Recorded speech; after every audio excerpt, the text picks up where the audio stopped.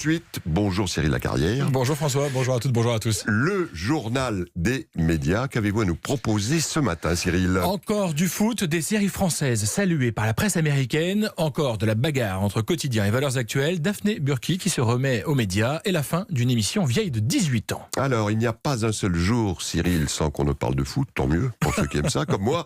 Et on tient la cadence, et là c'est Mediapro qui fait la une. Oui, le groupe sino-espagnol, qui sera le principal diffuseur du championnat de France de foot la saison prochaine, vient de s'offrir de nouveaux droits en France, ceux des 3 multiplex de la saison, des barrages de Ligue 1 et de Ligue 2 et du trophée des champions, de quoi nourrir la future chaîne promise par Mediapro, une chaîne qui devrait coûter 25 € par mois. Quand le New York Times, et ce n'est pas rien, on parlait de vénérable institution avec Le Monde tout à l'heure, mais là c'en est une également, salue la qualité des séries Made in France. Ouais, le célèbre quotidien a dressé la liste des meilleures séries non américaines de la décennie et la France s'en tire plutôt pas mal. En 3e position, on trouve The Bureau, le titre anglais du Bureau des légendes. La série de Canal+ avec Mathieu Kassovitz est qualifiée, je cite le New York Times, comme la série d'espionnage la plus intelligente et la plus authentique au monde.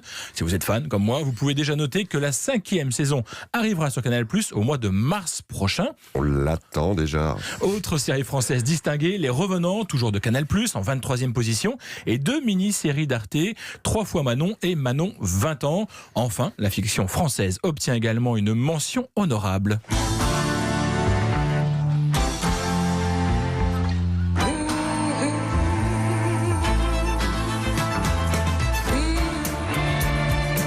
C'est le générique de 10% que les Américains appellent Call My Agent qui reçoit cette distinction hors classement.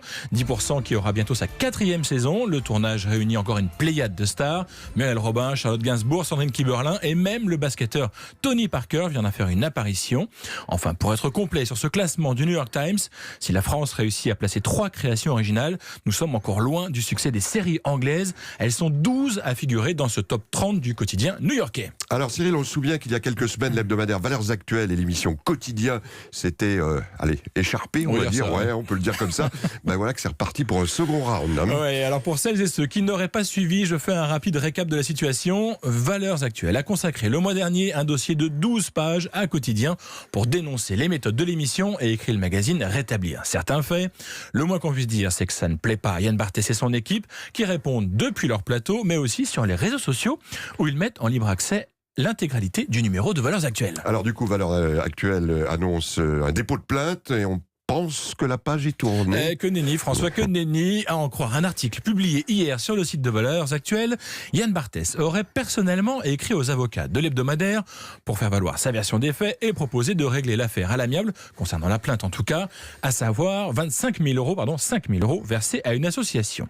Vérification faite par nos soins, ce n'est pas Yann Barthès en son nom qui a pris la plume, mais les 3 gérants de Bangoumi, la société qui produit Quotidien, à savoir Élodie Bernard, Laurent Bon et en effet Yann Barthès. Et c'est donc l'animateur que Geoffroy Lejeune interpelle à son tour publiquement, c'est-à-dire une réponse à la réponse de la réponse à la réponse, publiée sur le site de Valeurs Actuelles avec quelques passages de la fameuse lettre adressée par l'équipe de Quotidien aux avocats de Valeurs Actuelles. Ça va? Vous suivez? Plus ou moins. Enfin, on s'écharpe, j'ai compris. Qu'est-ce qu'il faut retenir de tout ça, Cyril? Alors que ces deux camps-là sont irréconciliables, mais ça, on s'en doutait. Le seul enjeu qui restait, c'était donc cette plainte. Valeurs Actuelles répond à la proposition de Yann Barthès en lui disant, je cite, de garder son fric et que le magazine ne poursuivra pas son action en justice. Il semble donc que cette partie du conflit soit bien enterrée. 2 remarques quand même pour conclure. Si on peut légitimement reprocher à Quotidien d'avoir mis en ligne gratuitement un journal payant, on peut aussi reprocher à Valeurs Actuelles de publier cette réponse alors que son meilleur ennemi n'est plus à l'antenne pour se défendre. Et ben voilà la belle conclusion. Allez Cyril, on passe à autre chose. Il semble que Daphné Burki ait des envies de revenir à d'anciennes amours. À en croire Le Parisien, l'animatrice a récemment tourné le pilote d'une émission consacrée aux médias. Le Quotidien décrit le concept, Daphné Burki et une équipe de chroniqueurs passent en revue les images qui ont fait l'actualité de la semaine. Ce projet d'émission aurait même déjà une case de prévu le vendredi en 2e partie de soirée. Peut-être un retour aux sources pour l'animatrice qui a été la première présentatrice de Feu le Tube sur Canal+. Oui, c'était une pionnière à l'époque également de Daniel Schneiderman sur les médias. Un temps très très lointain. Allez Cyril, on termine ce journal des médias avec la fin annoncée d'une émission emblématique sur TV5 Monde.